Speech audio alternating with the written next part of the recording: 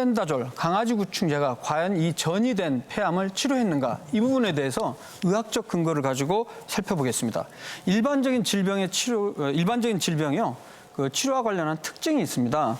대개 시간이 지나면 저절로 좋아지는 경향이 있어요. 암의 경우에 있어서도요, 사실 우리 의학적으로는 입증을 할 수는 없지만, 설명할 수 있지만 아주 드물게 원인을 모르게 좋아지는 경우가 있을 수 있습니다. 두 번째는 위약 효과라는 게 있는데요. 약의 효능이 없는데도 불구하고 약을 먹었을 때, 약이라고 속여서 먹었을 때 심리적인 안정감을 느껴서 좋아지는 경우가 있죠. 그리고 여러 가지 A, B, C, D 여러 가지 치료를 했는데 개인의 생각에는 A라는 게 효과가 있었다고 생각할지 모르겠지만 결국엔 다른 요인 때문에 치료가 될 수도 있고요. 그리고 현재 의학으로 원인을 모르는 경우도 많습니다.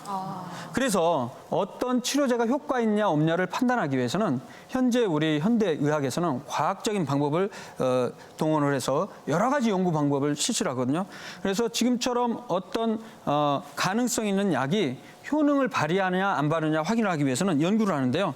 이게 보면 피라미드로 돼 있죠. 네. 연구 방법이 가장 낮은 연구 수준이라는 게 실험실 연구라는 게 있습니다. 네. 그래서 신약 후보물질, 항암제 후보물질이 있으면 사람한테 바로 시작하지는 않고요. 일단 세포, 미생물, 그리고 분자를 대상으로 시행을 합니다. 이 연구를 실험실 연구라고 합니다. 이 실험실 연구를 통해서 어느 정도 항암의 가능성이 있다. 그럴 땐 바로 윗단계로 쥐를 대상으로 한 무슨 연구죠? 바로 동물 연구를 하게 됐습니다. 쥐를 대상으로 해서 연구를 해봤더니 효과가 또 나오면 그중에서 가능성 있는 약들은 무슨 시험에 들어가냐? 바로 사람을 대상으로 한 임상시험까지 들어갑니다. 하지만 임상시험 결과도 연구 결과마다 다르게 나올 수가 있기 때문에 이럴 때는 가장 꼭대기에 있는 개별 연구 결과를 종합하는 메타 분석이라는 방법을 사용하게 되거든요. 그래서 이 메타 분석이 최근 들어 한 20년 동안 굉장히 중요한 방법으로 되는데요. 이 분야에 굉장한 우리나라의 전문가가 여기에 한 분이 와 계십니다. 접니다. 박사님. 제가 그 전문가입니다. 그래서 제가 그 전문가로서 오늘 이 펜벤다졸이 과연 의학적으로 근거가 있는지 이야기를 할 텐데요. 한 가지만 더 강조를 한번 해보겠습니다.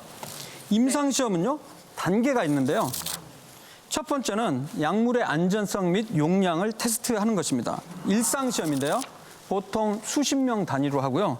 거기에서 이제 이상시험은 어느 정도 그 용량이 결정이 되면 진짜 이 약이 효과가 있는지 그리고 안전한지 대개는 두 그룹을 비교를 합니다. 한쪽 그룹은 기존 약 혹은 가짜 약을 주고 한쪽 그룹은 신약을 주는 거죠. 그렇게 해서 어느 정도 입증이 되면 더 많은 사람을 대상으로 한, 더 많은 환자를 대상으로 해서 최소한 수백 명에서 많게는 2, 3천 명까지 대상으로 한 3상시험까지 합니다. 그래서 우리가 그 일상시험, 이상시험, 상상시험 이런 얘기 들어보셨죠?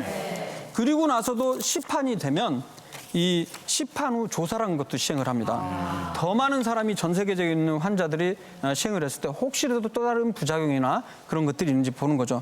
근데 제가 지금 말씀드렸던 이런 과정들에서 실험실 연구 가능성 있는 5,000개, 10,000개의 물질 중에 동물 연구를 통과하는 게 한 10개 정도가 되고요. 어머나, 굉장히 적네요. 굉장히 적습니다. 그중에서 사람을 대상으로 임상시험 들어가는 게 9개 정도 들어가서 방금 전에 제가 말씀드렸던 1상, 2상, 3상을 거쳐서 최종적으로 허가를 받는 약이 하나 정도가 될 정도로 참 어렵습니다. 그러니까 그러면 선생님